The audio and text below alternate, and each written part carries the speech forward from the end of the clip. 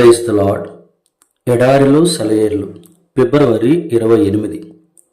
దేవునికి ఎల్లప్పుడూ స్తుతియాగము చేయుదుము. హెబ్రీ 13:15.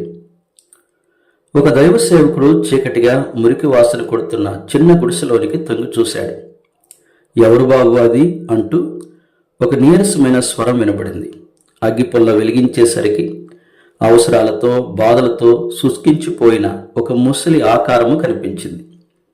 నల్లగా ముడతలు పడిపోయిన ముఖములో జాలిగా బేలగా ప్రశాంతంగా చూచే కళ్ళు.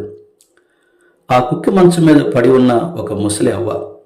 ఫిబ్రవరి నెల చలి వలికించేస్తున్న ఆ గుడిసెలో చలి కాసుకునేందుకు కుంపటి లేదు.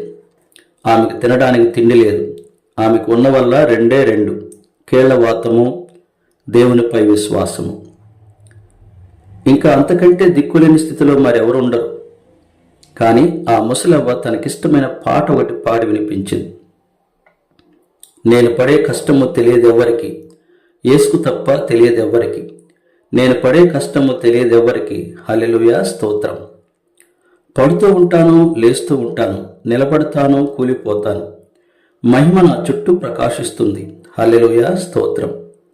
ఇలా సాగిపోతుంది. నేను చేసే పని ఎవరూ చూడరు. నా బాధలు ఎవరికీ తెలియవు. మళ్ళీ వెంటనే హల్లెలూయా, స్తోత్రం. ఇక చివరి చరణం చూడండి. నాకున్న సంతోషము తెలియదెవరికి, యేసుకు తప్ప తెలియదెవరికి. ఎటుపోయినను, శ్రమపడుచున్నను, ఇరికింపబడిన వారము కాము. అపాయములు ఉన్నను, కేవలం ఉపాయము లేని వారము కాము. తరమబడుచున్నను, దిక్కులేని వారము కాము. పడదోయబడినను, నశించు వారము కాము. ఆ ముసలవ్వకున్న ఆనందాన్ని అర్థం చేసుకోవాలంటే ఈ వాక్యాన్ని గుర్తు చేసుకోవాల్సిందే. మార్టిన్ లూథర్ తన మరణశయ్య మీద ఉన్నాడు. బాధలో మూలుగుతూ బాధలోనే 4 మాటలు చెప్పగలిగాడు.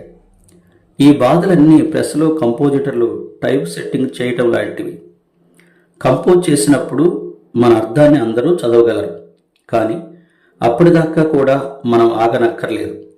తుఫాను వస్తున్నప్పుడు ఓడలో తిరుగుతూ నావికులకు ధైర్యం చెబుతున్న పౌలు విషయం ఊహించండి. భయంతో కొయ్యబారిన వాళ్లతో ధైర్యం తెచ్చుకోండి అంటున్నాడు. పౌలు, లూథర్, ఆ ముసలి నీగ్రో స్త్రీ, వీళ్ళంతా వికసించిన సూర్యకాంతి పుష్పాలు.